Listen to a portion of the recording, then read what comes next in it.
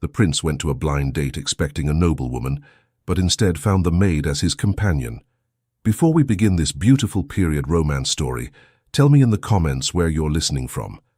I love knowing where you're joining me from. The Marchmonts had promised a quiet room and a modest welcome. London carried on outside with its carriages and sighs and worn pavements. Inside, beeswax had been rubbed to a patient shine, and the sconces gave a steady light. The Prince of Wessex entered with the air of a man prepared to do a graceful duty. He wore his composure like a well-cut coat. He did not bring an entourage, only a valet who vanished at the door. Helena curtsied, as she had been taught by watching others. Not too deep, not too bold. She kept her gaze low to the carpet's border. She had a tray in her hands and a small weight in her chest. The housekeeper, Mrs. Betts, had said to hold steady. Pour. Remove yourself. Leave no trace but a circle of tea and a cup and a crumb here and there. Lady Eugenia had added in a whisper, "We will be but a moment, my dear." There had been a hand on Helena's shoulder then. A light pressure. Panic. Polite as lace. The prince's presence changed the air. He greeted the room first, then the mantel, then the chair he would sit in. Only then did he incline his head to the woman who poured his tea. It was done without rudeness. It was done as if every part of the evening had an order and a measure. Helena found comfort in that order. She understood measures. She measured flour by the cup and thread, by the inch and steps, by the space between the banister posts. She could feel the door close behind Lady Eugenia. She could feel the hush that followed. It was the hush of a hallway without servants, the hush when one hears the household strain. She poured, and did not spill. She asked as one does whether His Highness took sugar. He looked at the bowl as if it were a question of policy. "One lump, if you please." She steadied the tongs. The single cube clicked against china, sharp and clear. She heard it like a bell. She lifted the pot and poured a line of amber that trembled only at the end. Steam rose and vanished. She replaced the pot on its stand. She waited for the prince to speak first, for that was safe. "You came with the Marchmonts," he said. She allowed her eyes to lift to his chin. Only that far. Her answer held to the line set by the evening. "I am engaged to the house, sir." Engaged, not employed. Old-fashioned, Mrs. Betts would say later. But old words made a little space to breathe. He nodded. "Your mistress is indisposed." "So I was told, sir." He did not ask what indisposed meant. He did not need to. He let silence work for him. He tested whether silence would set her talking. She did not speak. She arranged the extra spoon as if it needed arranging. The small spoon was a comfort. It had one task and did it daily. You could trust a spoon. He glanced at the mantel. She did not look there yet. She wanted to, because her hands had been there in the morning polishing. She had wiped the small square where a miniature hung. The small oval case had a ribbon that was soft and much handled. People touched it when they stood by the fire. She had noticed that. She had noticed a great many things. She could not afford to admit it. He said without urgency, "I had understood Miss Marchmont would be at home." Helena kept her hands at her sides. She tilted the pot to show it was ready if he wished for more. "I could not say, sir." That was as true as one could be and remain within the boundary of a servant. He seemed to recognize the boundary. He did not press. He sat back. His gloves were on the side table, neatly stacked. He had been taught to place them like that. It looked like nothing at all. It spoke of years of training. It made Helena's throat burn for a foolish second, because care was care, whether one learned it for a palace or a pantry. He took a sip.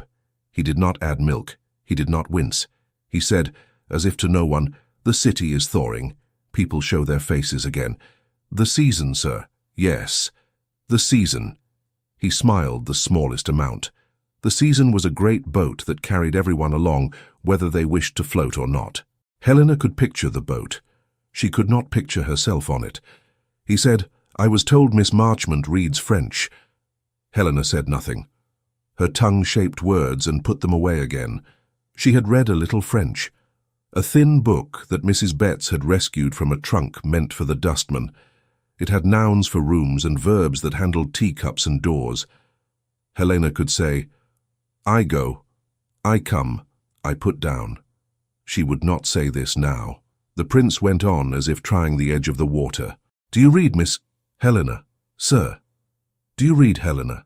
She thought of the small primer she kept under her straw mattress. She thought of the man who had taught her letters, retired now, with hands the shape of spades. She thought of evenings where candle ends were guarded like treasure. She answered simply, "A little, sir." He spoke gently. What sort of little? She breathed. She let the truth out as far as it could go, without endangering anyone but herself. Letters, bills, receipts, verses sometimes if the print is large. He did not look amused, he looked interested. His interest did not feel like a trap. It felt like finding one window in a closed room. Verses. Hymns, sir. He nodded again. He had a way of nodding that was honest. He was not pretending to be moved. He was gathering a fact and placing it in his mind where it belonged. Helena was not accustomed to her facts being kept tidy by gentlemen. He said, "Would you pour for yourself and sit?" Her heart knocked twice. "Sit. In this room. In sight of the portraits. The staff did not sit here. The staff's bodies learned the shape of door frames and narrow chairs in service corridors. But Lady Eugenia had not returned. The footman had not come. A silence as delicate as spun sugar stretched and did not break. She did not sit. She could not. She said softly, "I will stand, sir." "As you wish." He did not push her. He lifted his cup. He drank with an ease that could be called grace. He seemed to find no fault with the tea or the companionship of a woman in a plain gown, who stood with her hands still. An edge of the room tugged at Helena. The mantel, the empty space where the miniature hung. It was not simply missing. Its absence had a shape. Even the dust had abated, leaving an oval shadow. Helena told her eyes to be content with the pattern in the carpet. She traced the vines with her gaze. She walked them around their loops as if they were a path she could take out of the room. The door opened with a smooth swing. A cousin slipped in, red-faced, apologizing with the practiced speed of a family used to putting out little fires. He bowed to the prince. He begged 1,000 pardons. He blamed a draught. He blamed the weather. He promised every moment would be worth it. He backed away with elegance and a trembling hand. He shut the door. The latch clicked a hair too loud. Helena did not move. The prince's mouth tipped as if the absurdity had given him a private amusement, quickly set aside. He said, as if picking up a conversation that had not previously existed, "What would you teach a village if you could teach it one thing?" The question landed like a pebble in water. It rippled. She could either hide behind the word "sir" or step onto the ripple and ride it. She said, without lifting her head, "I would teach the cost of chalk, sir." He sat forward by a degree. "Chalk? Yes, it is cheap when one buys it by the dozen. It is dear when one must walk to the next parish to find a shop that will sell one piece. If one knows the true cost, one does not waste. One does not scold a child for breaking a stick when the floor is uneven." He was silent in a way that invited more. Helena added, "And I would teach how to cut a quill so it lasts. Blunt at first, then finer. Then hold the hand light. Heavy hands break more than pens." He said, "And you would not teach letters first? Letters come if there is something to write. People write what they need. Names, lists, lines of a hymn that will not leave the head. A love note, perhaps, folded very small." She wished she had not said that last. The word love had a way of causing mischief when it escaped. She waited for his pause to become pointed. It did not. He received the word, with no more fuss than he gave to chalk. "You speak as if you have taught," he said. "No, sir. I have only watched." He looked toward the window as a carriage clattered past.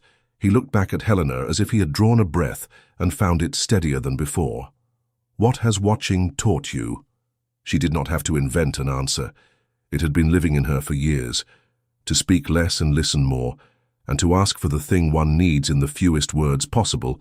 Fewer words give less room for a no. "Did you ask for this?" he said with care. "This room, this evening?" "No, sir." He did not either, she thought. That knowledge sat between them like a small common cushion, worn and good. The door opened again. Lord Ashbury arrived with the slipperiness of an eel. He was courteous, without warmth. His eyes ran over the prince with admiration. They skimmed Helena with calculation. He presented himself as a man who could fix an inconvenience by merely looking at it and naming it something else. He spoke of nerves. He spoke of misunderstandings. He spoke of timing, which had gone awry and would right itself only if grace were extended this once. He had the air of a man wrapping gifts and setting them aside for later use. The prince answered with words that were clean, but left no traces of agreement. He did not pick up the parcels Lord Ashbury tried to place in his hands. He said, in effect, that he would wait for the house to be ready to present the person he had been invited to meet. He said he had no wish to disturb anyone's health. He said the evening was pleasant enough as it was. Lord Ashbury smiled and did not enjoy it. He sent a glance toward the tea tray. Helena lowered her eyes. He looked at the mantel and did not look twice. He murmured something about art and family treasures, and how charming it was when simple things delighted. The word simple hit Helena like a pinch. He left soon after, all politeness. The silence he left behind was quieter by a degree. Helena learned the flavor of it in the next breath. It tasted like threat laid aside, not threat removed. She lifted the pot and asked, very poised, "More, sir? Please." She poured again. The room felt thicker now.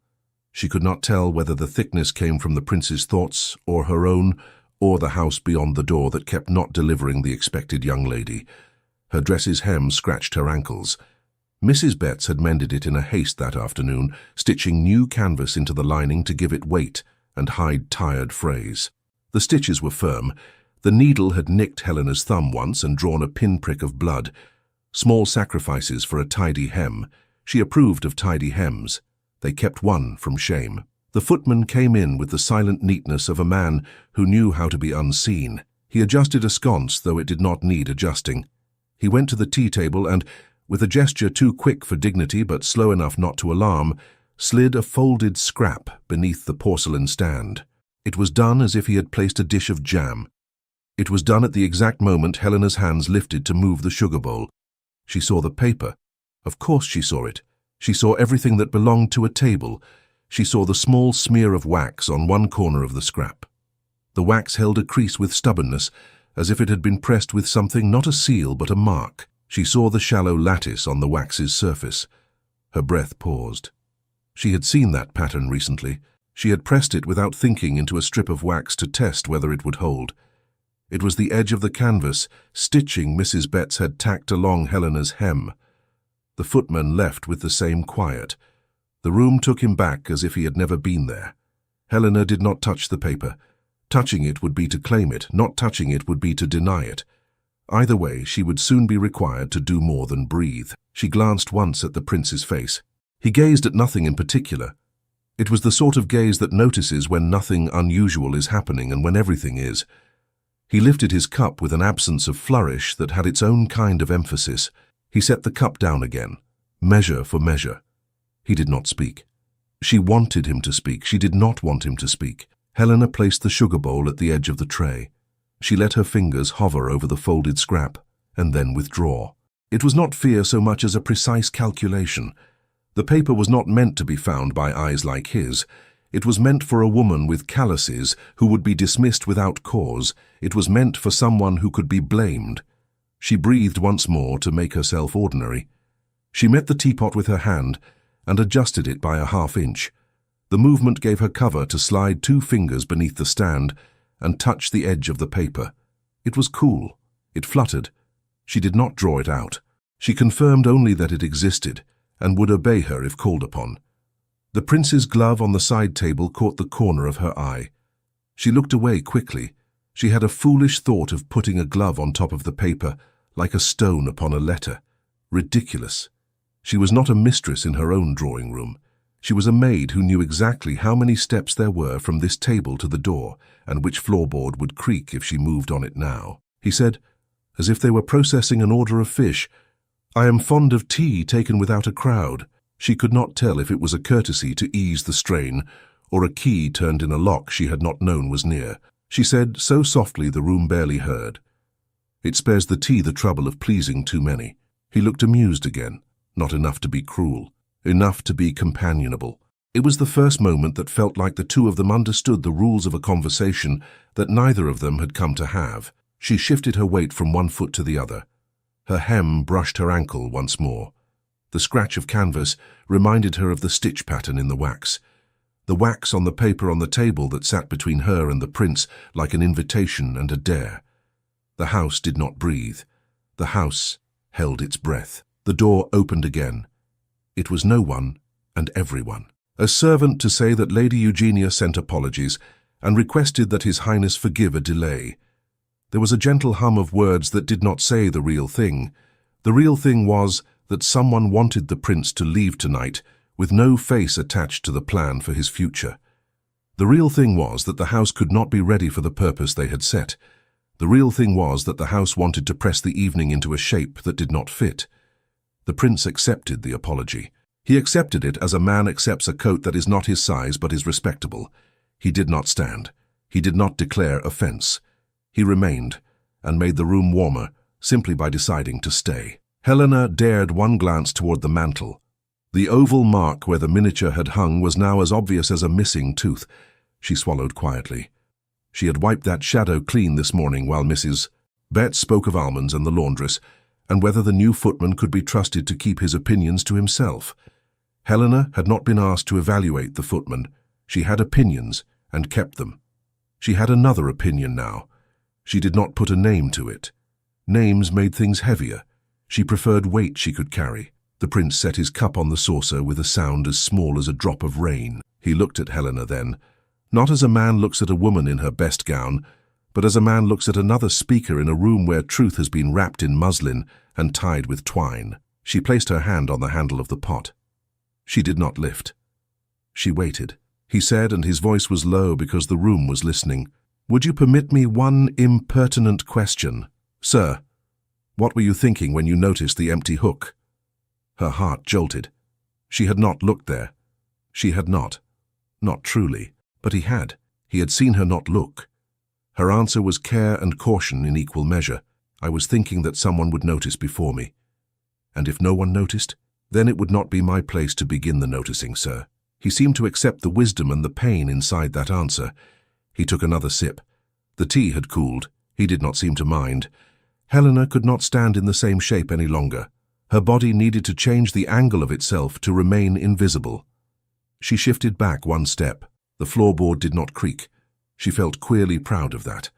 A light press of air moved in the room. Perhaps the chimney had sighed. Perhaps a door down the hall had opened. The folded scrap shifted beneath the stand, betraying its corner to the light.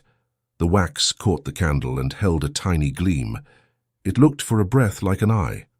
Now she had to decide whether to make her hands the hands of someone who obeyed a message, or the hands of someone who pretended it was for someone else. Both choices would cost. Both choices would pay. She put the sugar tongs down. She folded her fingers under the flawed edge of the paper. She could draw it into the safe valley of the tray, let the cloth conceal it, and carry it out to her narrow world, where doors closed and girls read by candle stubs. Or she could leave it and prove to the room and the man in it that she knew nothing. The prince watched the airs and graces with the patience of a clerk sorting correspondence. His stillness created space, and that space asked something of Helena. She felt the question enter her bones. She felt her answer rise. Before she could move, he reached for his cup. His hand was steady. He did not hurry. He lifted, and the porcelain met his mouth with that small civil sound the room had learned. He did not look at the folded scrap. He did not look at her hand. He spoke to the air above the table. His tone was conversational, private, designed to leave no bruise on the night. "If that paper is yours, you must not leave it on the table." Helena did not reach quickly. She covered the paper with the shadow of her hand and the corner of the tray cloth. She lifted the teapot as if that had been her object all along. She poured a little into the prince's cup that did not need pouring. The steam smelled of bergamot and steadiness. Her fingers closed over the folded scrap. She drew it into the valley of linen and porcelain and made it part of the table's innocence. "Thank you," she said, although he had not handed her anything, and he nodded as if thanks could be given for discretion as easily as for sugar. The door opened not with a crash, but with the correctness of a hinge well oiled. Lord Ashbury returned, or perhaps he had never gone far.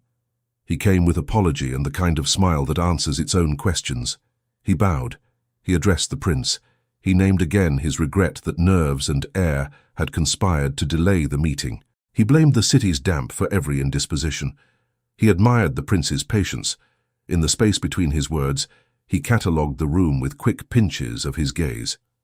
"You are very good to indulge our little storm, Your Highness," he said. "Lady Eugenia is mortified. Miss Marchmont wilts under the very idea of causing inconvenience."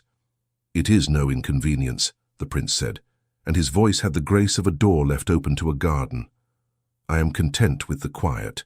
At that, Lord Ashbury's eyes passed over Helena again, as if remembering that quiet had a face tonight. He advanced 2 paces into the room, and then remembered to stop, to show he knew where he stood in relation to rank. His pause put him at the exact distance from Helena that let him see her without seeming to see her. "My compliments to the household," he said. "The staff manages these little exigencies with rare tact. It is a comfort to know a house has such resources." Resources was a word that might have meant tea or skill, or the woman holding both. Helena's pulse steadied itself because panic would have put a tremor in the tray. She kept her chin low. She kept the folded scrap pressed to the wood under the cloth, where no eyes could find it but hers. The prince lifted his cup. He did not attempt to make Lord Ashbury at ease, nor did he punish him. He regarded the man as he might regard a difficult schedule, something to be handled by attending to time, rather than to personality. Lord Ashbury tried a new angle. He turned his smile toward the mantel as if art were a mutual friend. One must love a gallery that lives. A family changes. Portraits move as bonds of affection evolve. I have always admired the Marchmonts for keeping their pieces close rather than vaulting them away. Helena felt that pinch again. He had felt the gap. He was naming it without naming it. His words were an arm around a shoulder that did not want to be touched. The prince did not look at the mantel. He said only, "I admire houses that keep their living members well." Ashbury's smile thinned. He knew when an exchange was not his to improve. He backed to the door with another tidy apology. "I will leave you to your tea. Should you require an escort, Your Highness, my carriage waits. I never let my horses suffer long harness when there is no cause. The very best evening to you." Helena listened to the soft closing of the door, as one listens to the last note of a hymn hanging in the rafters. The room felt larger by an inch.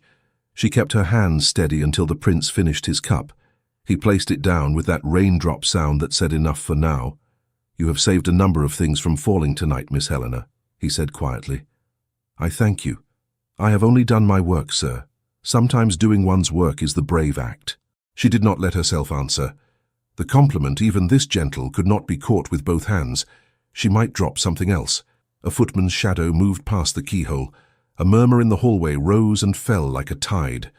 The house was thinking again, and when houses think, servants are the thoughts that move. The prince stood.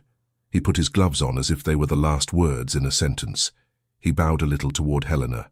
It was not the bow he would give a lady, nor the nod he would give a lackey. It was something in between. He turned to the door. "Pray tell Lady Eugenia that I regret the indisposition and will hope to pay my respects to the family at a better hour," he said. "And Miss Marchmont, of course. Yes, sir." He paused one heartbeat more. He looked as if he might say something not appropriate to a quiet room full of ears. He did not. He left, and Mr. Penworth, the valet, slid from the shadows to join him like a line drawn with a ruler. Helena did not exhale until they were gone down the hall. She set the tray upon the side table. She kept the cloth draped in a way that covered the folded scrap. She lifted the sugar bowl with her left hand and the stand with her right. She moved to the service door, not the hall door. She met not the corridor, but the narrow passage that led to the back stairs. It was the staff's skeleton. It held the house upright. Mrs. Betts was there as if she had been invented by panic. She took one look at Helena's face and shifted from bustle to shield. "What is it?" Helena spoke without showing her teeth, the way one speaks when one has to be quiet to be heard. "A paper. Slipped to the table. For me, I think." Mrs. Betts extended a hand. "Put it here. Let the table belong to me, and not to you." Helena slid the folded scrap under the tray cloth and into the pocket of Mrs. Betts's apron. The housekeeper did not open it. She felt it with her fingers and frowned at the wax. "Who left it?" "I could not say. Could not or must not." "Both." Mrs. Betts's mouth became a straight line. She nodded once.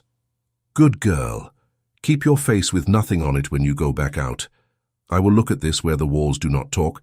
Then you will come to the still room for word." "Yes, Mrs. Betts, and Helena.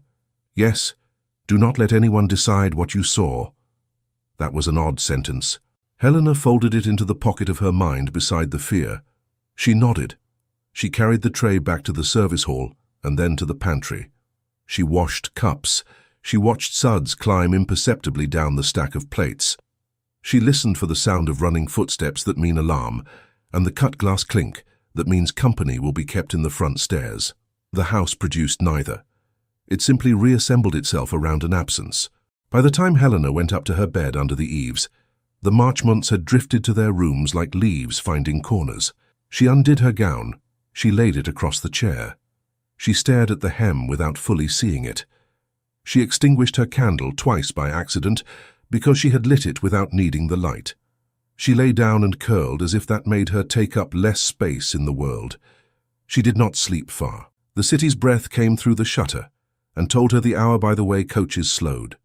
She heard the milkwoman's cart and the rattle of bottles. She slept a little more. She dreamed of a teacup balanced on a fence that could not be asked to hold it. When sound woke her the next time, the house was a hive again. She went to her duties. She kept her face with nothing on it.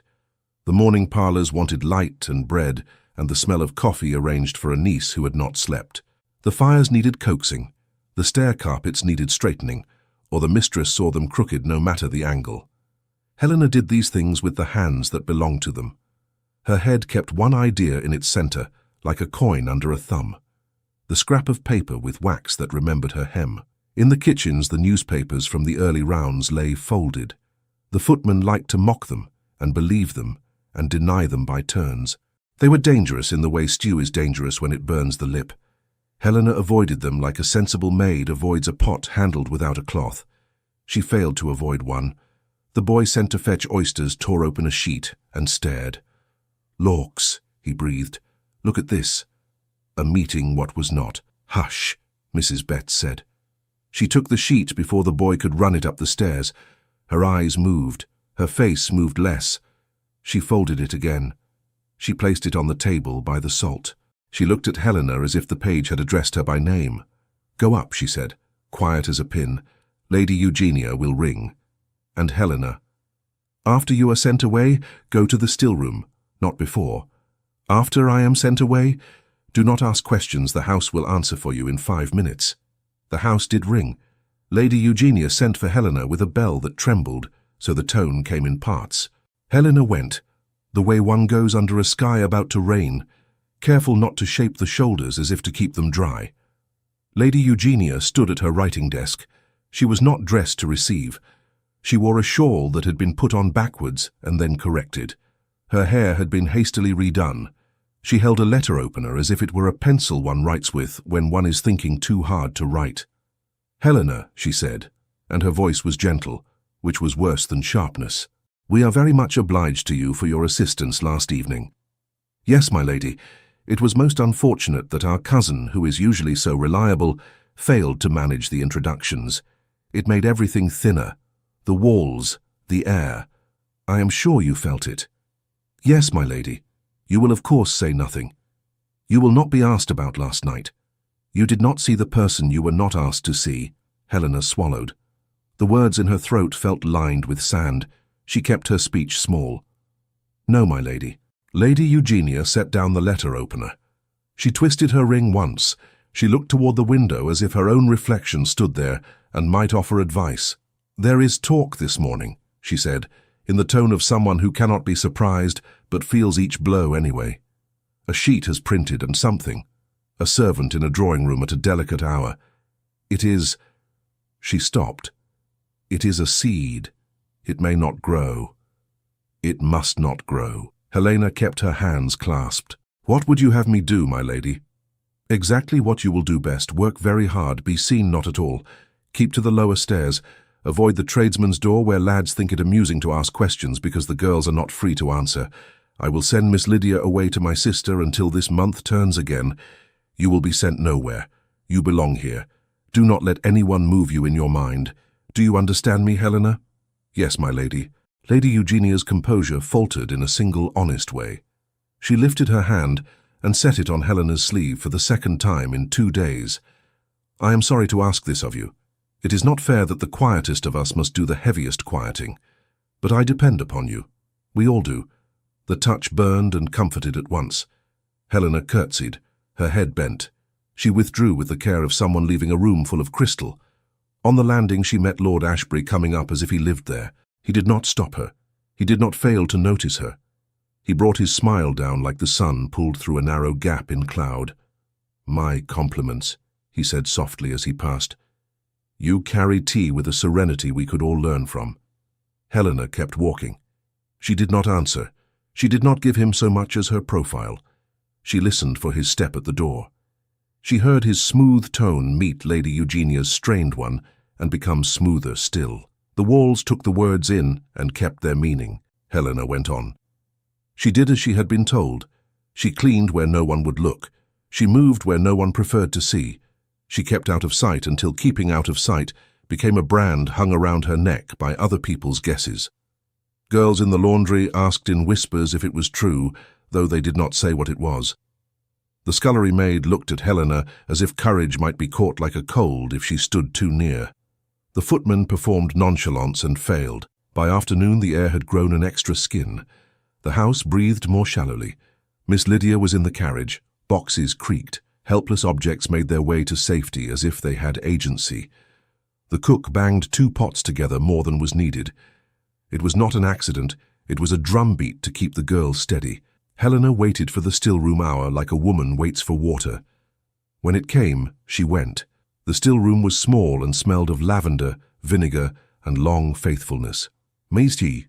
Betts waited with her hands folded the way a woman folds them when she is deciding which string will hold a thing without breaking it. "I have read it," she said. "Come sit on this stool, because you will not like to be standing for it." Helena sat. Her knees were together. Her back was flat. Her chin wanted to lower and refused.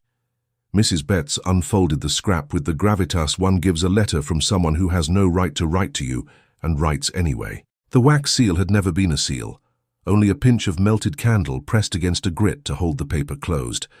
The grit held the pattern of canvas stitching. Mrs. Betts tapped it. "This is the hem," she said. "Yours, the one I mended. I did not put this there." "No, Mrs. Betts." The words were written in a hand that wished to look like a gentleman's and failed by a degree. It wanted to slant without losing legibility. It wanted to command while pretending to request. It said, "You will come to Vauxhall Gardens at the 3rd hour after twilight, near the Chinese pavilion, where the lanterns hang low. Bring the small portrait from the Marchmont mantelpiece. You are seen. The portrait buys your safety." Helena felt heat crawl up her neck and then down her spine. She could not tell if the heat was fear or anger. It was both. The note assumed a theft. It assumed she would do the note's work to protect herself from the note's threat. It assumed she was a hinge that would swing any way a push was given. "I have never touched that thing," Helena said. "I saw the space where it was not, and that is all." "I believe you," Mrs. Betts said. "And I believe the person who put this in your path does not care whether you have touched it or not. They care that you can be made to carry a message. Who do you think—" "I am careful what I think where walls live. Thoughts make paths and paths show footprints. But I know a pressman's smell when I pass it at the tradesman's corner. And I know Lord Ashbury's way of talking, as if he has done nothing at all while your own eyes contradict you." Helena held out her hand. "Let me keep it." Mrs. Betts hesitated. Then she placed the paper in Helena's palm. "You will keep it because you will not do what it says. You will keep it because it is proof that something was asked of you and refused. You will keep it because your safety will not be bought with anything that belongs to somebody else. What am I to do about Vauxhall?" "Nothing without counsel, which is to say nothing," Mrs. Betts said. "You will not go alone to that place for any man's amusement.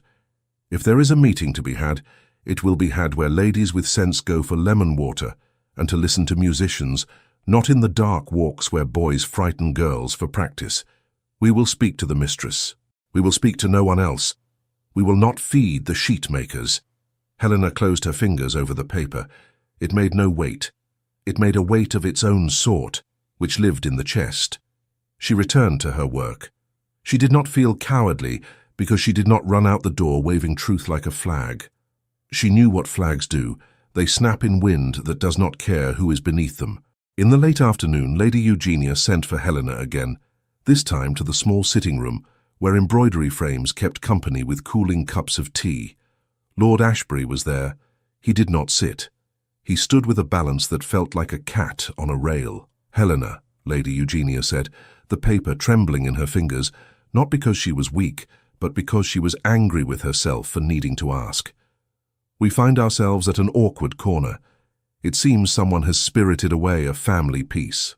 An old thing, sentimental value only. There is a suggestion that someone was noticed in the gallery." Lord Ashbury's politeness sharpened. "We would not ask you an improper question," he said, making improper into a cushion. "We would ask you only whether you may have seen a person pass, perhaps in haste, perhaps before your time." Helena met Lady Eugenia's eyes, not his. She answered quietly, "I saw the place where something was not. I did not see a person. I was with the tea." Ashbury smiled as if she had told a joke at which he might claim credit. "Of course you were," he said. "You are always with the tea. How admirable to be known so well by your work." Lady Eugenia said, "That will be all, Helena." As Helena reached the door, Lord Ashbury added, "The printer's men are rough with language and loose with facts. If you hear such fellows at the tradesman's entrance, you will go another way." "Yes, my lord." She went. She stood in the hall outside and let her breath return to a rhythm. The house was kind, as houses go. It had not been unkind to her today. It had needed something from her and asked badly. That was all. Evening rolled in on its quiet wheels. The bells of St. George's marked the hour like stitches one could count. Helena finished her tasks and carried her own small supper upstairs, wrapped in a napkin. The dormer window gave her a strip of sky. She ate and tasted none of it. She set aside the bread. She opened the seam at the hem of her dress with a needle borrowed from her hair. She did this because she could not do it. The urge had sat behind her ribs all day and asked. She teased out the tiny stitches that Mrs. Betts had made in haste. She slipped 2 fingers into the new canvas. She felt nothing but cloth. She went lower. At the very bottom, a place where the thread had doubled, her finger caught on a hardness that did not belong to fabric. She pinched. She drew it out. Another strip of paper lay coiled like a worm in rain. It had ridden with her all day. It had been stitched into the place that scratched her ankle. She did not light the candle. She took the note to the window and used the last grey of the hour to read. Her throat narrowed as if the words were smoke. The message was not the same as the one from the tray. It had the same hand. It had the same taste of a man who thought ink made him taller. "We require your compliance. The man at the gardens will not make himself known to a lady. He will speak to the girl who served. Bring the portrait, or be named what you are in every corner of London where you would eat again. Do not feign ignorance. We saw your curtsy. We saw him pleased to talk. If you do not come, your name will be printed." Vauxhall wore its lanterns like a necklace. The paths glowed with a soft intention that made even the gravel seem well-mannered. Helena came to the gate at the 3rd hour after twilight, cloak fastened high at her throat, hat set low. She had put on the dress with the mended hem because she owned no better, and because it would have been a lie to pretend otherwise. She told herself she would walk through the garden, drink water, stand under a lantern, and be seen by many. She would not be led down a dark walk. She would not meet a man who remained only a voice. She would turn back if the path narrowed. The clerk at the gate barely looked up as she paid the small coin Mrs. Betts had pressed into her hand. Music drifted from the orchestra stand as if the night itself had learned to bow. Couples moved in polite circles, each set of steps a compromise between pleasure and propriety. Helena kept to the edge where gentlemen's laughter did not require a reply. The note had said the Chinese pavilion, where the lanterns hung low. She could see it from the terrace. A fanciful roofline and panels painted with imagined gardens. She wove toward it, thinking with every step of the risk, thinking too that refusing to come had its own. If she stayed away, the man behind the printing ink would not lose interest. He would grow it. If she came, she could stand in a place where public eyes worked like a guard. She reached the pavilion and set herself not inside it but near, where the lanterns reached their soft bells to the path. She folded her hands. She breathed. She watched the people who tried not to stare at anyone who might be known and who failed politely. She tried to think of chalk and quills. She tried not to think of a small oval space on a Marchmont mantel. A gentleman stepped out from a line of lilac shrubs. He did not come as a threat does. He came as a decision. Helena recognized the ease of his shoulders before she recognized the man.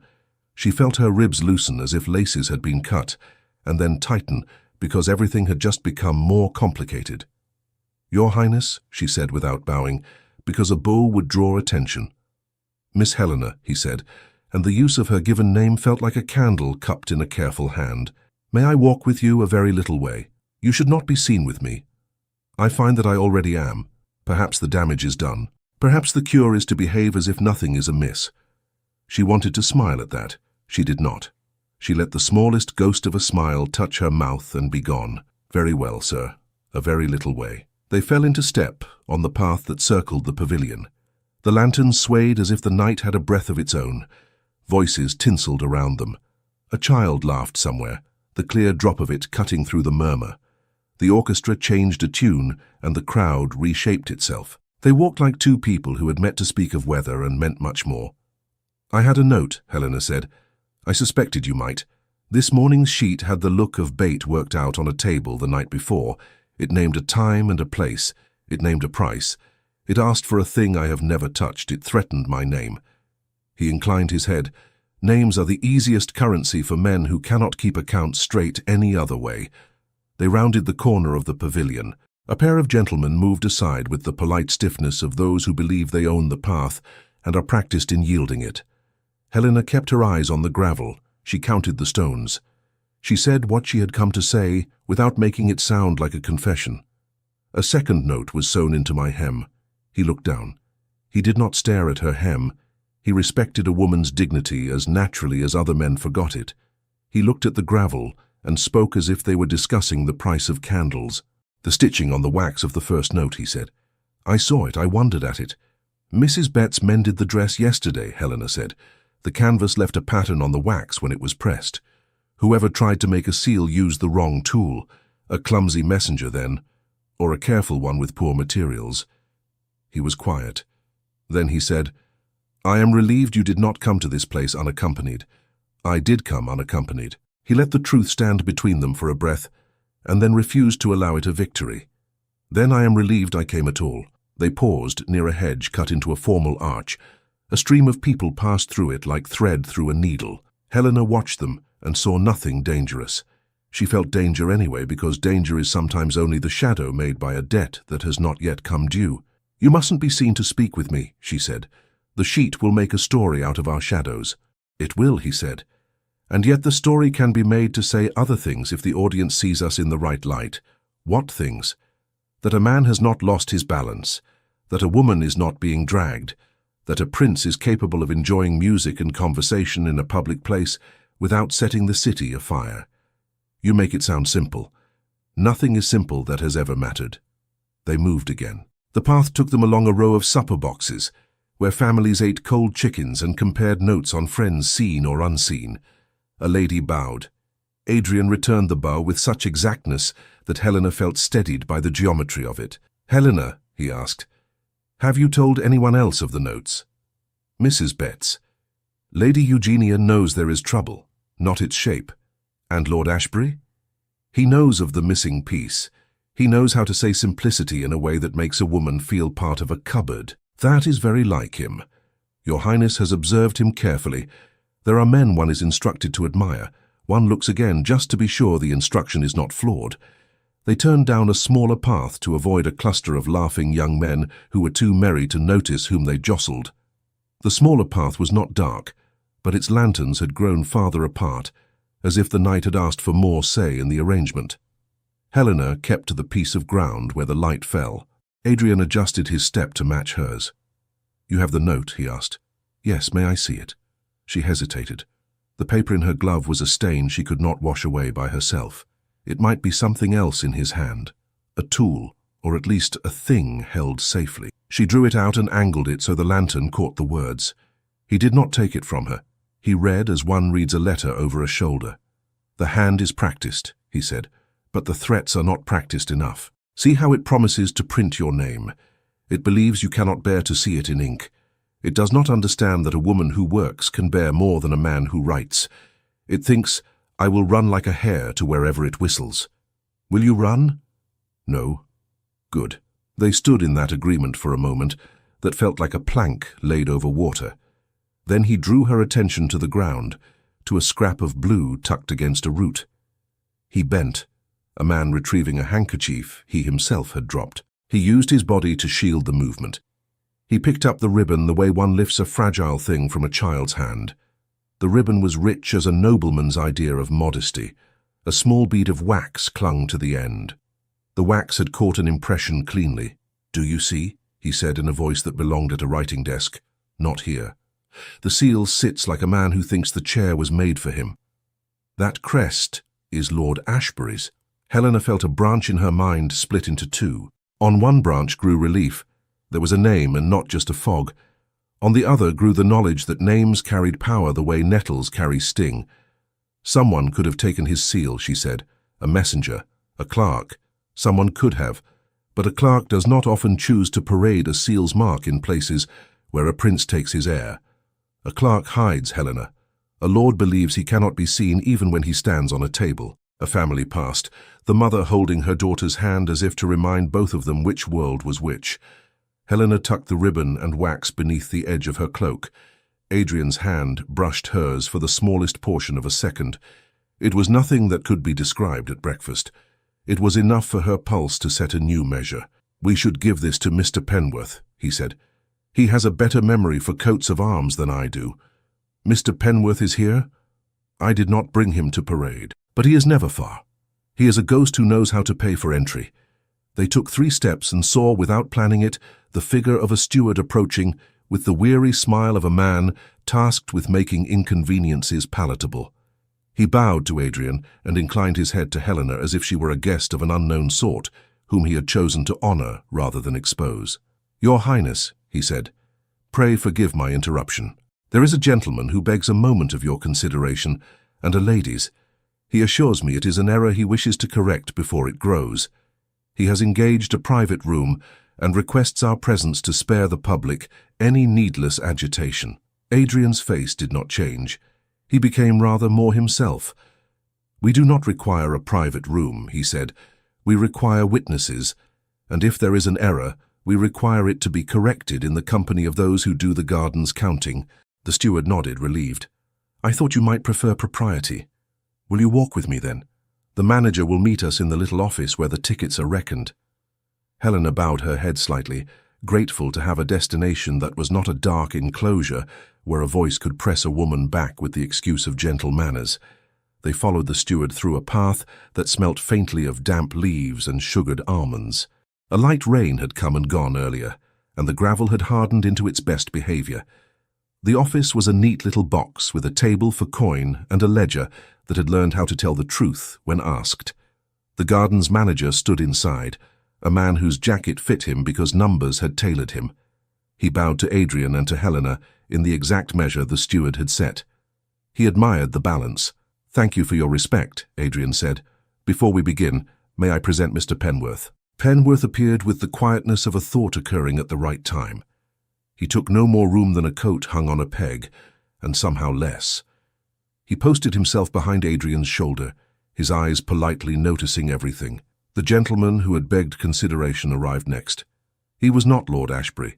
He was smoother by half and shorter by a head, with the air of a man who wears another's importance for an evening to see how it suits him. He introduced himself as Mr. Gerald, secretary to Lord Ashbury's man of business. Your Highness, he said, bowing sufficiently. Madam, a trifle has gone missing in a house you honour with your notice. A miniature, not of any monetary weight but of family feeling. A misunderstanding may have led to its misplacement. A witness remarked a maid near the mantel at a certain hour, and we are all prey to our minds making stories of shadows, are we not? We are, Adrian said. What do you ask? Only that the lady here would tell us whether she saw any hand near the mantel, or whether, perhaps in the press of her duties, she moved an object and placed it elsewhere with every good intention. Helena stood very straight. She had expected to be asked this question. She had not expected to have it put so neatly on a plate and garnished with politeness. She looked at the manager, not the secretary, and answered the ledger more than the man. I poured tea. I saw an empty hook after the fact. I held no miniature. I moved nothing from the mantel to any other place. The manager made a neat little sound with his pen and set it to paper, not for record, but to show that words create lines which one can follow back if the road is lost. Mr. Gerald smiled as men do when they have a second plan. He produced a folded page, not an official one, but with a magistrate's name in the heading and a signature that could belong to anyone accustomed to signing many things. It was not a warrant. It was a suggestion writ with ink's swagger. You see, he said, the magistrate, in his zeal to keep neighborhood sweet, has written that should the little portrait be found in the keeping of a servant not her own, restitution and apology might suffice in place of public complaint. No need to involve the city's attention. No need to distress a household already shaken. If the lady would be so good as to consent to a brief search of her cloak, the misunderstanding might evaporate like mist in sun. Adrian's expression did not alter in anger. He did not need it. He had reserves other men do not. He addressed the steward. "Who has authority in this small room?" "I do, sir," the manager said modestly. "Then let us seat ourselves as if we were all equal for a moment, and be so. Mr. Gerald, you will take a chair. Miss Helena, you will remain standing if you prefer it. I will stand as well. Mr. Penworth, if you please." They arranged themselves with the odd comfort that order gives even to those who are about to be made uncomfortable by it. Helena did not remove her cloak. She did not need to. The ribbon and wax lay beneath it in Adrian's inner pocket now, for he had slipped it away, as a man puts a folded map where he can find it in a storm. She held her hands and let them be hands that had poured tea without spilling. Mr. Gerald tried again, choosing a note that pretended to be low, but could not help striking the ear too cleanly. "There is a certain trick the city plays on those who work in it, madam. It tells them their reputations are small enough to fold. That makes them careless. They forget the first and best thing the city can do for them is to keep their names out of the paper. I am trying to keep yours out." Helena looked at Adrian. He did not look back because he did not need to. He had already chosen his stance. Now he held it as one holds posture in a dance one means to finish. "Mr. Gerald," Adrian said, "your concern for a working woman's name would move me if it did not come smelling of last night's lamp. I recommend another path. We will show you a proof. You will take it away and consider whether it is air or iron. If you find it iron, you will trouble the magistrate no further in the matter of Miss Helena.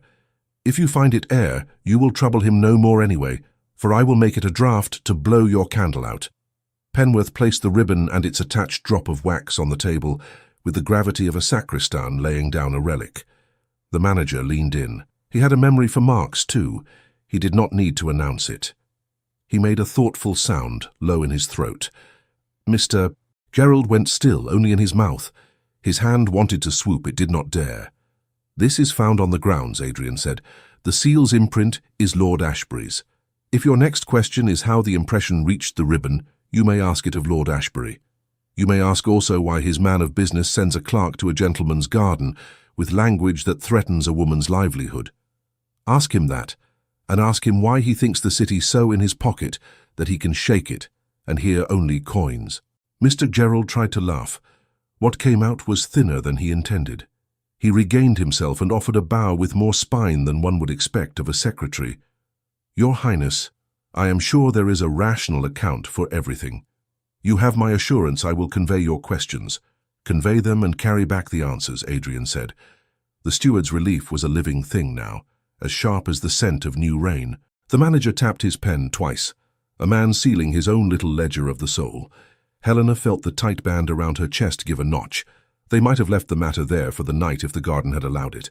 But the garden was a place built for display, and display invites spectators, and spectators bring an appetite. The steward excused himself to quiet a pair of young men whose mirth had begun to bruise the furniture. He returned sooner than his face suggested he wished. His careful smile had cracked and been mended. "Your Highness," he said, choosing each word as if it sat upon a scale, "the magistrate is in the garden this evening, and he is prepared to hear the matter at once unless a private accommodation is reached, and Lord Ashbury himself is said to be waiting in a nearby supper box." The steward's careful announcement washed over the little office and made everything sharper. Helena felt the moment choose between shadow and daylight. Adrian did not hesitate. He turned to the manager with courtesy that also did not ask permission. "We will not go to a supper box," he said. "We will not go anywhere that confuses leisure with judgment. You will kindly procure a room where accounts are kept and honest work is done. We will ask those with the right to count to bear witness. We will not permit the city to say we crept away to arrange something that cannot stand in open air." The manager bowed with relief you could have measured. "I have just such a room, sir, this way." They threaded through a short passage that smelled of paper and clean ink. The room the manager chose had a long table and 2 chairs, and a high window with rain marks that told a truth about weather the garden lanterns did not bother to tell. There were ledgers in a neat stack and a box for ticket stubs. Numbers had lived here for years. They had made the room honest by habit. The manager set a chair for Adrian, because that is what one does for princes. Adrian nodded and did not sit. "We will stand," he said. "If anyone sits, it will be Miss Helena, and only if she wishes." Helena wished to stand. Her legs wanted to feel the ground. She folded her hands and let them rest one upon the other in the way that had steadied cups in difficult rooms. Mr. Penworth entered without show, as if the room had been made with a Penworth-shaped space in it. He took up his place beside the door and made the hinges feel like old friends. The steward, a fairer man now that he had a plan, murmured something to a runner and sent him toward the entrance with a message. "Lord Ashbury will be invited to speak where the ledgers are," the manager said. "It is the best courtesy I can offer all parties." "Thank you," Adrian said. "And Mr. Manager, we will need another witness, a woman who knows this maid's work and has no interest in pleasing men over truth. There is such a one."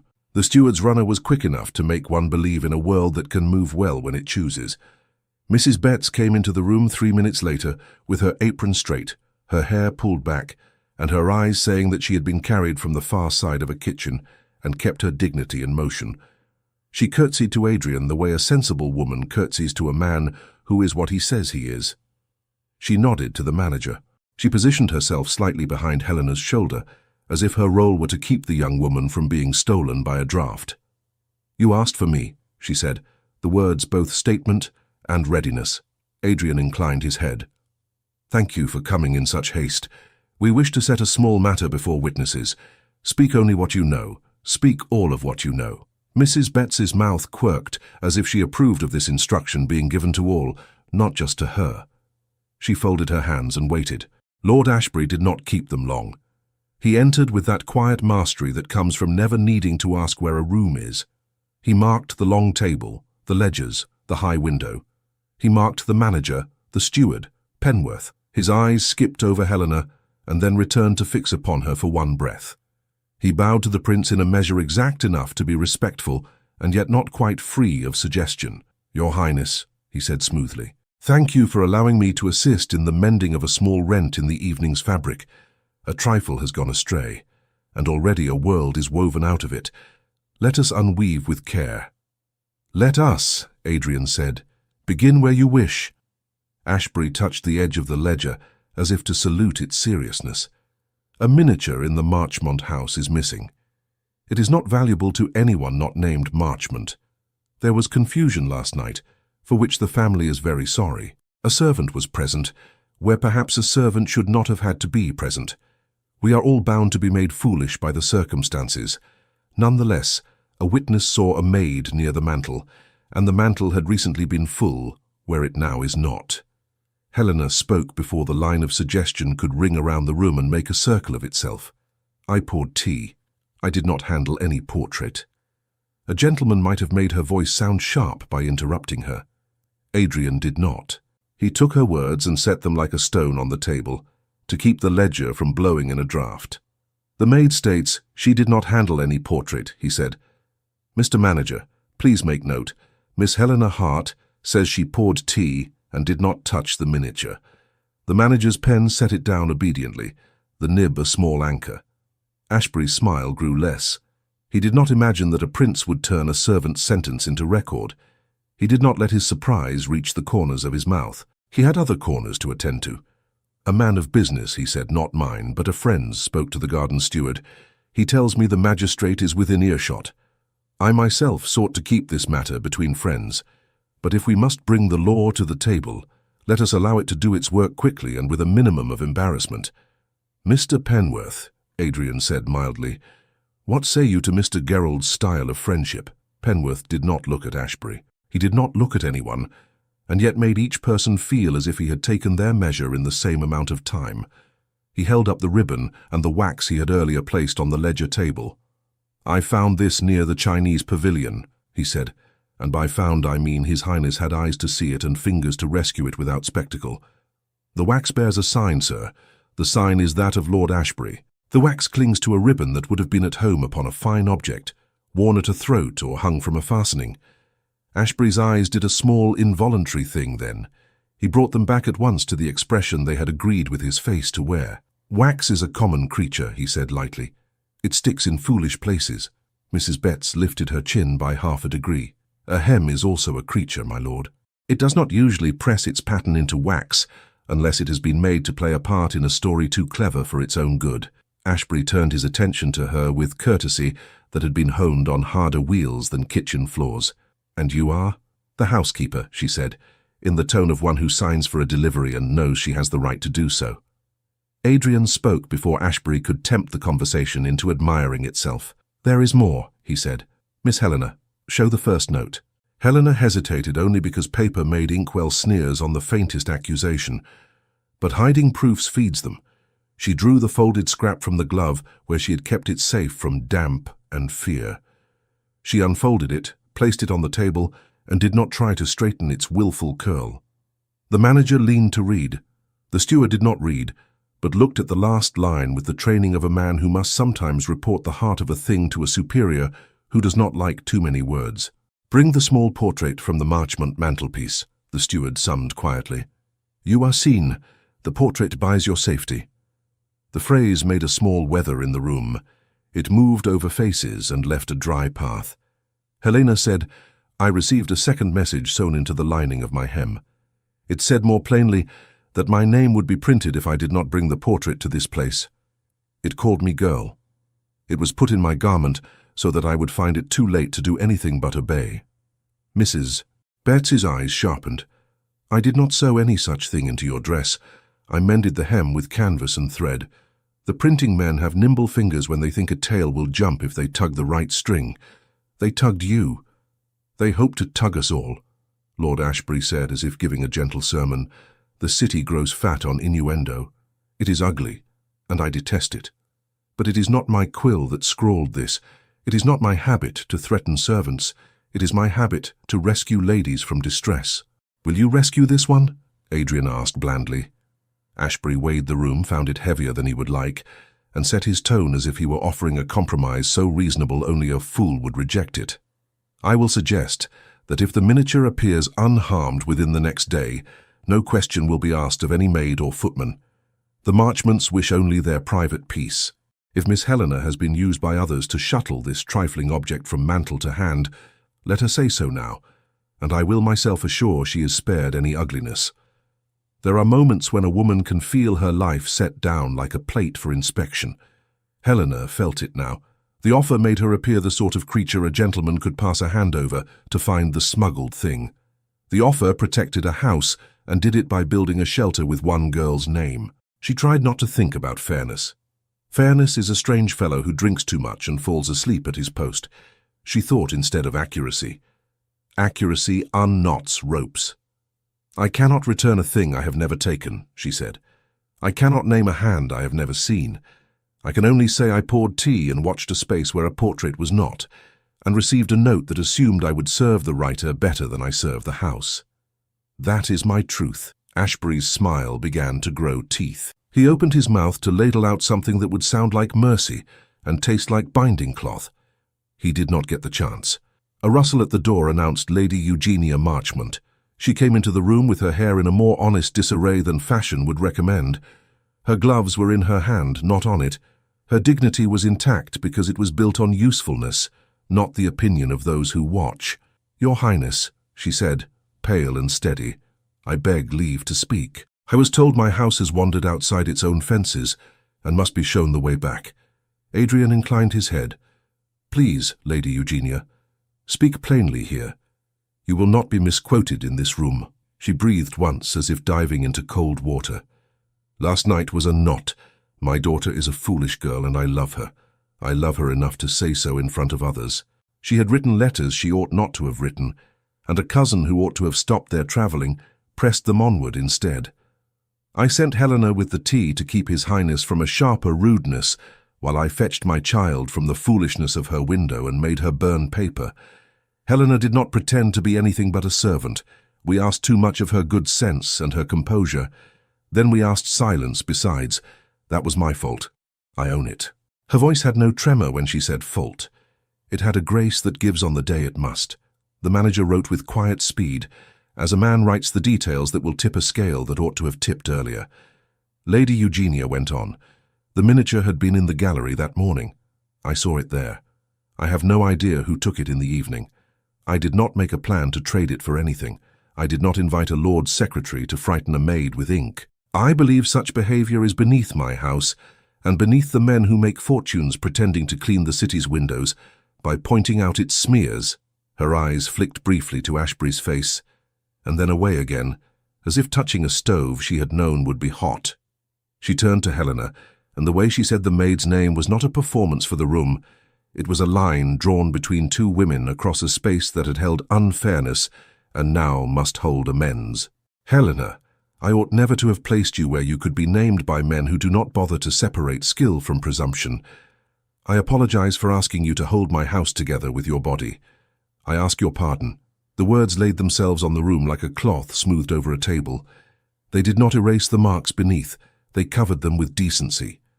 Helena felt herself stand a fraction taller. She did not look at Ashbury when she answered. She kept her eyes on the woman who had used her, and then remembered she was a person. I forgive you, my lady. I ask in return that my name be kept when it does not serve truth to spend it. It shall be kept, Lady Eugenia said, as much as any woman can keep anything in this city. I will make calls where I must. Ashbury saw the tide set against him and made a dainty attempt to sail along as if it had always been his intention to land where the others stood. I too am relieved, he said, that we may end the matter without involving the magistrate. No one wishes his leisure to be soured by rumours making a supper out of air. He looked toward the door with a composed expression, as if he expected the magistrate to lean in and agree with his moderation. No magistrate appeared. The steward had been diligent in his errand, and had directed the man elsewhere with a firmness that sounded like deference from a distance. Adrian waited until the room had found its breath. Then he spoke as one speaks before a hearth with a small child asleep in the other room, mindful of closeness and consequence. We will not end the matter by giving it to forgetfulness, he said. We will end it by setting down what is true and refusing what is not. Let the garden's manager hold the notes in his ledger drawer under his key. Let Mr. Penworth keep the ribbon and wax and deliver a copy of the impression to the constable at Bow Street, with a memorandum that does not accuse, but remembers. Let Lady Eugenia record in her own hand the reason Helena poured tea last night, instead of the mistress or the daughter. And let me do this. He stepped a fraction closer to Helena, not enough to crowd, enough to be where a person can hear a person without the rest of the world eavesdropping. Miss Helena, he said, I cannot promise to unprint anything that has already been set. I cannot unmake men who enjoy seeing their names next to other people's misfortune. I cannot keep your path entirely free of stones. But I can give you my word before these witnesses that I will not permit your name to be the cost of my convenience. If there is to be discomfort, I will bear it first. If there must be talk, let it be of a prince who made his life untidy, rather than of a maid who did her duty. I ask for your trust. I do not ask for your hand. I ask only that you let my decision stand beside you for as long as it takes this storm to tire. He did not kneel. He did not make a display. He presented himself as a man places a book upon a table and opens it to the right page and steps back, inviting the other to read and decide. Helena's breath went in and did not rush out. In that small suspension, she felt the weight she had been carrying tilt. Not fall. Tilt. Enough to allow her shoulders a fraction of new shape. She could look at him now without needing to protect him from her gaze. She could look and see a man who had chosen a line and meant to walk it, even if it made his fine boots dusty. You risk something, she said. Not to make him noble, but to make the arithmetic clear. One hopes to risk the right things, he replied. Then, she said, you have my trust. I have little to give, but I have that." Penworth did not look moved. He looked like a man who had decided a problem and would now carry the answer to the place it needed to be. The manager breathed in and placed his pen down the way a man lays aside a tool at the end of the day. The steward's shoulders went lower by a very polite fraction. Ashbury adjusted his gloves, although they did not need adjusting. He bowed again and did not depart, because to do so too swiftly would declare that he had been chased. He had not. He had simply not been permitted to sit at the head of the table he had arranged for himself. Lady Eugenia turned to the manager. "Sir, may we rely upon you to prevent the staff from being waylaid by those who like to collect phrases where they can purchase them cheapest?" "You may," the manager said. "My ticket takers are better doormen than they appear. They know how to say no with a smile that gives nothing away." Mrs. Betts touched Helena's elbow briefly, a pressure that said, Here is a person, you are not alone." She cleared her throat. "If I may," she said, "it would be best if we made our way home by a route that does not invite company, and if I sent Miss Helena up the back stairs to bed like any other night. The less novelty we feed the city, the less it will expect of us." Adrian approved this plan with a nod. He shifted so that his body created a little corridor for Helena to pass through the room, without anyone needing to step aside too much. It was a tender kind of logistics that security men learn, and princes, too, seldom practice. Helena stepped into the space he made, and felt how ease can be built like that, not talked about but constructed out of inches. As they moved to go, the steward returned with a final word. He held a card between two fingers, not like a summons, but like a receipt. "The magistrate sends his regards," he said, choosing a neutral word and making it gentler. "He says he is needed elsewhere, and believes this garden's house keeps itself in good order when it chooses to. He asks to be informed tomorrow if anything truly legal needs his attention." Ashbury accepted that with a smile that said he had not been sent for and had not been refused. He had been neither, which is a kind of defeat that looks like a bow. Adrian turned at the threshold of the ledger room. He addressed all of them, but he looked at Helena. "Thank you," he said simply. She did not say you are welcome because it was not servitude she wished to acknowledge. She said with equal simplicity, "Good night, sir." The night took them back. The garden had not noticed the little storm except to learn a better way to lay down its gravel. Lanterns swung and were pleased with their own reflections in the puddles. Couples stepped their measures and believed they were writing history with their feet. Perhaps they were in their houses, in their quiet ways. Helena walked with Mrs. Betts to the gate, not too close to the prince, and not so far that she pretended she did not know how to claim the space he had given. They passed a group of young men who looked up to laughter as a kind of sport. The men glanced and saw nothing they could eat with their eyes. The women in the group glanced and saw a maid with an older woman who would not drop her charge. They looked away and thought of their own maids and what they might owe them without having known. At the corner, Mr. Penworth separated from the air and became a person again. "Your coach waits at the far gate, sir," he said. "There is no crowd there. I have seen to it that a lost hat will take more attention than a prince leaving by foot." Adrian offered his arm in no one's direction and in everyone's. Lady Eugenia, who had chosen to walk behind and re-enter the world near the coach, like a woman managing the overlap of dignity and haste, took it. They moved on. Mrs. Betts touched Helena's sleeve once more. "We will go by the cabman's line and then across the little square," she said. "Keep your eyes on my basket. Think about bread and yeast. Think about whether we need lemon peel tomorrow. Do not think about anyone's eyes." Helena obeyed. She counted the shops they passed. She named the trades in her head: cobbler, cheesemonger, haberdasher, with a window full of buttons that looked like soldiers. She let the city shrink back to useful size.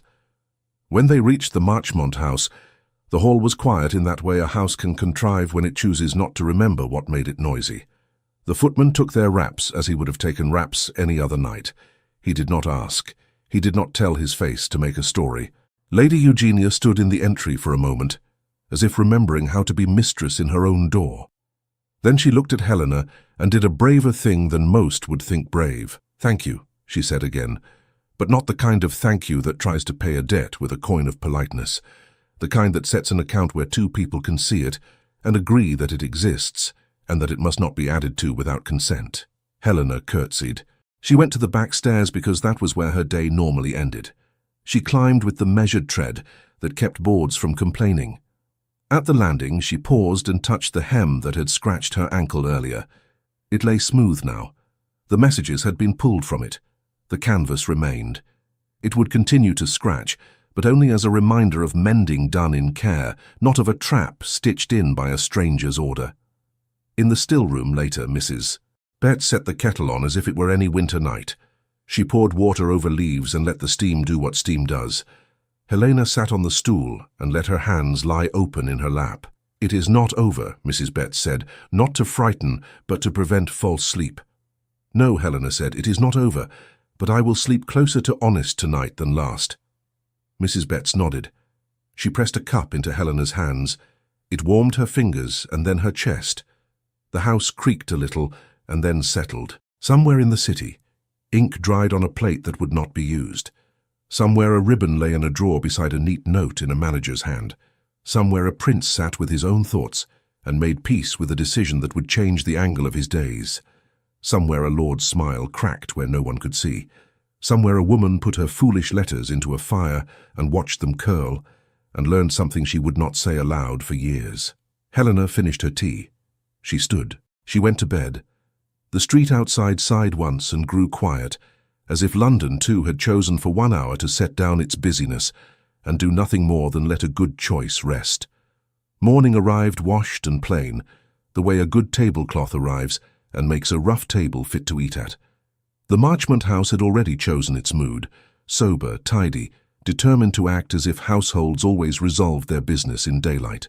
The servants moved with the careful haste of people who know a room will fill and wish for once to be invisible, for their own comfort and not someone else's. Helena was sent to the still room first, not because there was anything to boil there, but because Mrs. Betts understood that a woman needs 1 square of quiet before a roomful of eyes begins their work. She sat and held her cup. The tea steamed. She did not drink. She felt the city awakening around them, a little rougher today to her ear, as if its many streets had not slept enough and were rubbing their eyes too. When the bell rang, she and Mrs. Betts went up together by the back stairs and stood outside the door to the morning room until a footman inclined his head. Inside, the company had arranged itself into propriety. The manager from the gardens sat near the fireplace. Mr. Penworth took a place near the window, where he could see and not be seen.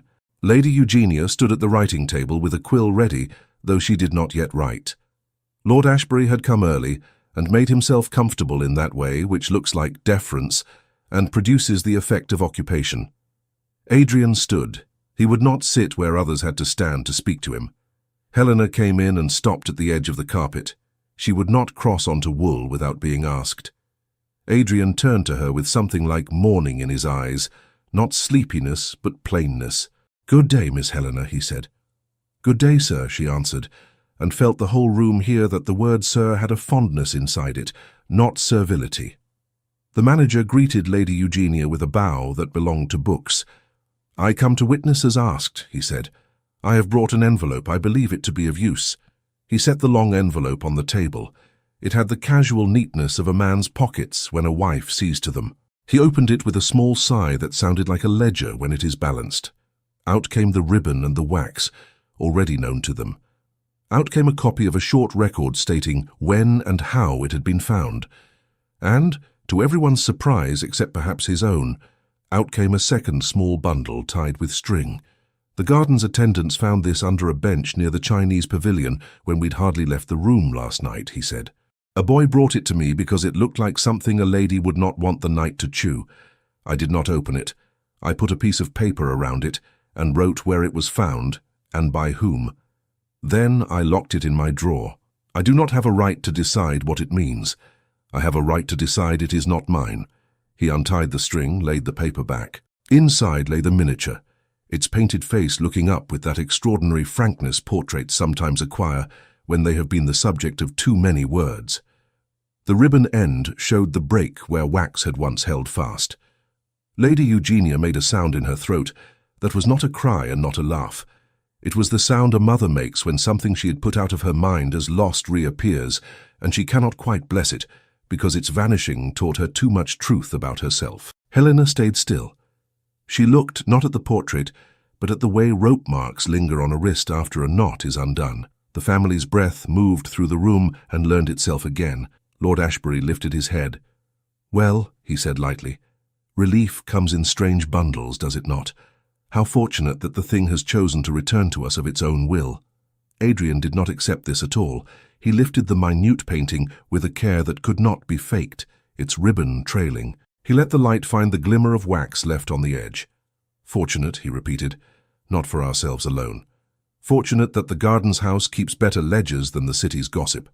Fortunate, too, that this small object cannot testify to who hung it about a neck last and who tucked it under a bench to be found.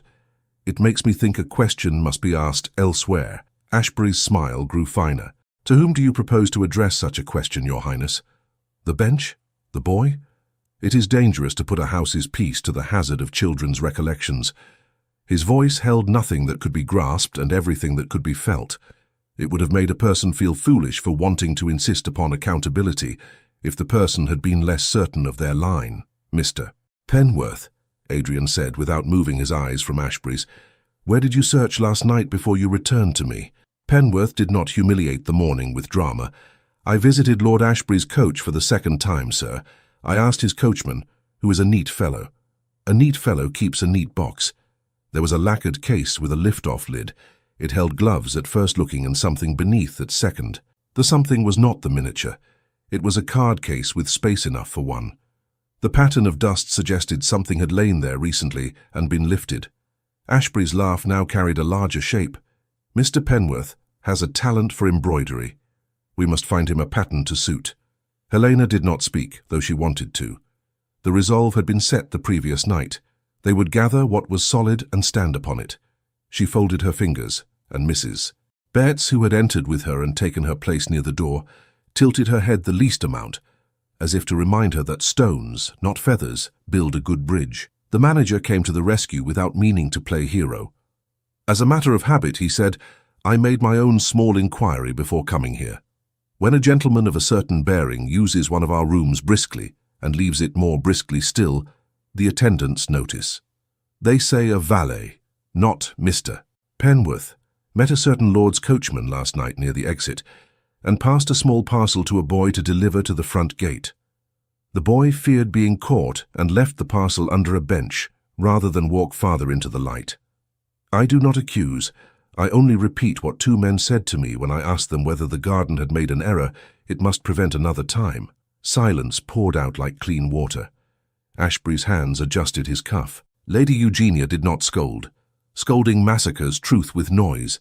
She stood with every line of her body devoted to the business of setting a house to rights. Adrian returned the miniature to the table, not to Lady Eugenia's hand. He did not want to make it a prize. He wanted to make it a fact. Then he looked squarely at Ashbury as if the two of them had once met in a corridor where either could have stepped aside and neither had, and here they were at the end of it. "My lord," he said, "you have a gift for making arrangements look like mercy. I do not possess such a gift. I have something simpler. I have a witness who saw the impression of your seal where it did not belong. I have a ribbon with that impression clinging. I have a garden manager with better habits than most men. I have a housekeeper who knows the difference between a hem and a trap. I have a lady who has made error and owned it. I have a maid who has been threatened and has not lied. I have enough to ask you to withdraw from the position you are holding today. Not to withdraw from society, not from friendship, not from dinners, though I suspect dinners will decline to seek you for a season, but to withdraw from the business of arranging other people's futures with your own name stamped on the seal." Ashbury bowed. He had to. His neck knew how. It was a better bow than last night. It came from a place that recognized a room had drawn a circle around him, and that he could not bustle past it without tearing his own coat. "If my zeal to be of use made me seem to overreach," he said, "then I regret the overreach. I especially regret anyone's distress. You will allow me, Your Highness, to say that my only wish was to restore peace by the speediest route. I see now that speed cannot be asked to do two kinds of work." "You may say it," Adrian replied, "and you may keep away from this house for a time that will give your friends leisure to remember you for happier conduct. If gossip invites you to explain what happened here, be clever and decline. If men flatter your sense of solutions, ask them to fetch their own gloves. It was kindly said. It was final. Ashbury allowed himself the dignity of not contesting. He turned to Lady Eugenia, and for once he spoke without silk. "Madam, forgive any portion of my actions that worsened your trouble." "We will speak later, my lord," Lady Eugenia said, not with ice, but with that severe temperance one uses with a neighbour who has too much practice in stepping over hedges. He bowed once more and left, his name shrinking behind him the way winter light shrinks in a room when the candle is set right and the wick trimmed. No one in the room grew taller for his departure. They simply returned to their proper heights. Lady Eugenia moved then with brisk mercy. She reached for the miniature and kissed it quickly, ridiculous and human, then set it back again, ashamed of the kiss in front of others, only because it ruined the neatness of the moment. "I will send a note to the paper that printed the little suggestion about me and mine," she said, "and I will have the note delivered by a woman who can explain a tone. I will speak to my daughter. I will thank the gardens people by sending a basket not too large. I will ask my cousin not to darken my doorstep until he learns how to keep letters in their places. And I will do one thing more." She turned to Helena. She did it without show. She took Helena's hands, too work-rough and too fine all at once. "You belong in this house as long as you wish to," she said. "You are more than your quietness. You are the reason this house did not turn its back on itself. If you ever wish to leave, you will leave with wages paid up and a letter longer than is fashionable. If you wish to stay, you will be treated like the spine of a book, not the ribbon that falls out when the cover is shaken." Mrs. Betts swallowed. Her eyes were not wet, but they were tender.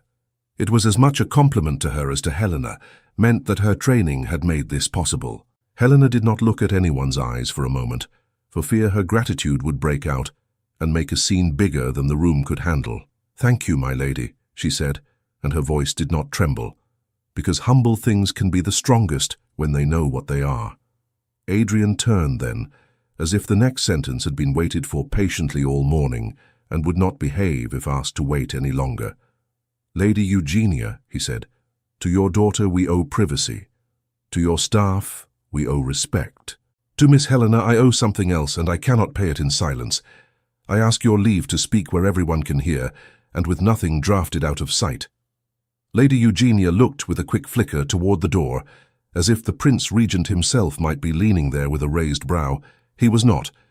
The moment belonged to modest people. She dipped her head. "If it must be said, say it here." Adrian stepped nearer to Helena, as close as propriety could bear in a morning room with witnesses and ledgers, and last night's smoke faint on the air. He did not reach for her hands. They were already in the possession of another woman's apology. He kept his own at his sides because youth sometimes believes love needs a gesture, and he had lived long enough to know love is often braver when it stands. "Miss Helena Hart," he said, "you have met me on 2 unlikely evenings and corrected the shape of both. You have shown me a courage that works without being asked to be called by that name. You have, by simply being accurate, kept me from becoming a story written by someone else's hand. I ask you to consider whether you would make a home with me that belongs neither to a sheet of gossip nor to a party of politicians, but to 2 people intent upon keeping their promises. I am not offering to rescue you. You require no rescue. I am offering to accompany you. If you agree, I will go where permission must be sought and ask it without apology. If you refuse, I will thank you for what you have already given me and spare you as much talk as I can. Will you be my wife? There are questions a heart expects in a lifetime and prepares small speeches for in private, never expecting to use them. Helena had none of these prepared, because people like her do not practice a prince asking them anything, but whether a cup is yet full. The room did not disappear. The room became in the way a narrow bridge becomes when it is the only path, and one perceives that it has been enough all along. She did not blush hard because blushing would have turned the moment into an illustration for a book she did not care to be in. She did not look around to seek permission. She had already given herself leave to answer such a question in a voice that belonged to her. "Yes," she said, not a yes that begged pardon for itself, a clear yes, as if agreeing to truth rather than luck. "Yes, I will." Mrs. Betts made a small sound, the exact cousin of a laugh one tries to smother and cannot. The manager bowed to the ledgers as if they had waltzed. Mr. Penworth's mouth did something that could be mistaken for a smile if you knew what to look for. Lady Eugenia, who had not planned for this, found that her eyes were suddenly the right amount of wet for once, not sticky with effort, but clean with relief. There followed the practicalities, which are the triumph of any romance that intends to live longer than a column inch. Adrian wrote the Prince Regent a letter that spoke less of love than of steadiness, which was a kind of love a government could understand. He spoke of a woman's respect for labour, a prince's respect for such respect, and the country's need for examples of propriety that looked like kindness rather than parade. The answer did not put on boots and run to them. Answers of that size never do. It walked in good time with a seal that meant not only approval, but convenience. The regent had his reasons. He always did. This time, some of them overlapped with decency. The day set for the ceremony was clear without boasting. The church was not grand, because grand makes a meal of people when it has nothing else to eat. The pews filled with those who had earned their place by standing in small rooms and not lying, Mrs. Betts with her mouth firm and her eyes gentle, Mr. Penworth in the same suit he wore for the most difficult hours because he could not be taught to dress a feeling, the garden manager in his best coat, which had the shape of numbers, Lady Eugenia and Miss Lydia, who had learned the right kind of shame and brought it with them like a token of passage, a footman who insisted on keeping his gloves on in case he had to carry something unexpected, and two maids from the laundry who had never seen a prince without a horse and did not trip because they told their knees to be brave. Helena wore a dress that had been altered so well you could not see the past in it. The hem did not scratch. Mrs. Betts had unpicked the canvas, turned it, stitched it smooth. The dress was not finery. It was proof that mending can be a kind of miracle if one has learned to do it with love. Her hair was parted simply, her hands were clean, her eyes were clear. Adrian stood at the front without pomp. He had brought only what he had promised, his word, his steadiness, and the ability to listen. The vicar spoke the words that have held so many, and yet always feel as if they were invented that morning for this pair and no other. Adrian's voice did not break on his vows. Men who break sometimes mean to show they are sincere. He needed no proof but the way he looked at Helena as if she were the exact measure God had ordered for him. Helena's voice was low and firm like a line, fisherman's or seamstress's, it did not matter, which knows the strength of its fibers. When the ring, a plain band of gold that had learned nothing flashy at the silversmith's, was set on her finger, Helena had a small and unexpected thought. That she had never hoped for this did not mean she had not wanted good. She had wanted a life that did not require her to use up her honesty as if it were kindling. She had wanted less fear and more tea. She had wanted one person to think of her first sometimes. This was that and more, and it did not frighten her because it was now hers to keep, and that is less like holding a jewel than like learning to carry a basket well. They left the church to the modest blessing of bells and cool air. The reception was no reception, not as the city knows them. It was 2 rooms full of people who know how to sit and speak without needing to be watched doing it. Mrs. Betts had seen to the sandwiches. The cook, who had declared she would not bake because everyone would make too much of the guest of honor and not enough of the pie, baked anyway and pretended not to care when they ate 2 slices as if taking medicine. Penworth stood a little apart and looked for once, as if he had arrived in a place without needing to leave again. The garden manager shook Adrian's hand like a ledger that has finally found its lost shilling. Lady Eugenia brought Helena into a small parlour when the necessary things had been said, and the quiet could bear a private sentence. She sat her down and held her hand, and smiled exactly like a woman who has arranged too much in her life, and finally gets to enjoy one outcome she did not arrange at all. "You will be welcome here as my friend," she said, "if you will have me. Not because of who you have married, but because of who you are. Sometimes I will bring you my failures to show you and you will pat my hand. Sometimes I will bring you cakes. Both are love." Helena laughed, and the sound stayed in the little room like a kind flame. "I will have you, my lady, and I will bring you my own failures, which sometimes look like anger when I am tired." Adrian entered then and stood in the doorway, not to interrupt, but to make himself visible. He offered his hand and Helena took it, and there was nothing complicated in the exchange. And yet the world outside had changed a little, and would not be put back in its previous shape. When, at last, everyone had gone, and the evening folded itself around the house like clean linen. Helena and Adrian found themselves at a small table with a teapot and 2 cups. The day had given them rings and names and 1,000 glances full of meaning other people had sent them knowingly. This felt like a return to a country they had made by accident and chosen on purpose. "Would you pour?" Adrian asked. "I will if you will listen," Helena said. "To what?" "To the small things we have promised that grand things always forget." He smiled, a smile that began as a thought and reached his eyes and asked nothing but an answer. "Pour, then. I will listen." She poured, steady as ever. His hand brushed hers, not by accident, but by a decision so simple it could make a person cry if she allowed it. She did not. She let it be the joy it was, and put the cup in front of him and then her own in its place on the table, as if arranging the day's pieces into a pattern that would hold. "I will still work," she said, surprising neither of them. Not as before, perhaps. Not as much where people can think I do not mind not being seen. But I will do the work I know how to do. I will keep our table honest and our speech tidy. I will remind you on Tuesdays that you cannot rescue everyone. You can only choose correctly whom to stand with. And I, he said, will make rooms safe for you to speak in, not generous because I give them, but fair because you claim them. I will say no to dinners that would use your name like an ornament. I will say yes to walks where no one cares whether my hat has been brushed. I will bring you news only when it is real. I will keep my promises in small ways, because I wish to keep the large ones without making them a show. She lifted her cup. He lifted his. They drank. It was good tea. That goodness was not the main thing. It was a quiet proof that promises about small things are a scaffold that lets larger ones stand. The weeks that followed did not feel like a parade that never ends. They felt like a house, learning 2 sets of habits and blending them. Sometimes it was smooth. Sometimes Helena felt her old self bristle in a room where too much silk murmured. She allowed herself the bristle, then smoothed it with reason.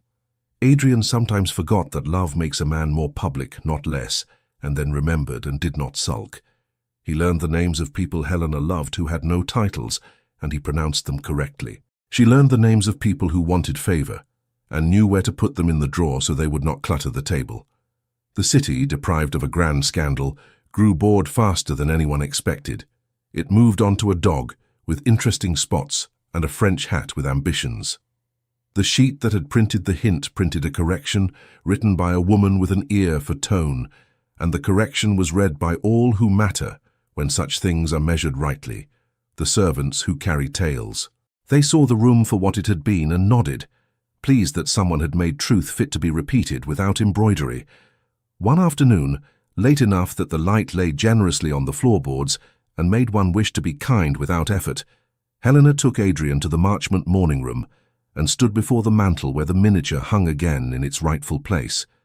Miss Lydia came in shyly and apologized without words by pointing at a new pile of old letters whose edges were burnt.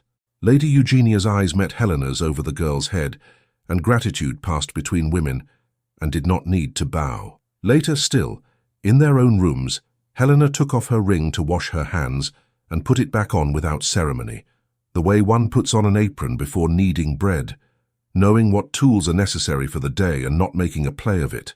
Adrian watched her as if watching competence could be as beautiful as watching a dance.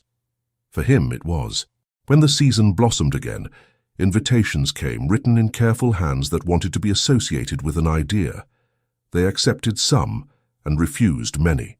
They went to gardens when the nights were apt and liked to stand near the lanterns, not because they wished to be admired, but because they enjoyed being ordinary in a place made for display. Once a woman whispered, "Is that the maid?" And her companion answered, "That is the princess," and both were wrong and right in the way the world is often wrong and right at once. Helena, hearing nothing, pointed out a child collecting fallen blossoms in her skirt, and observed that some people are happiest when they can gather beauty, others have let fall.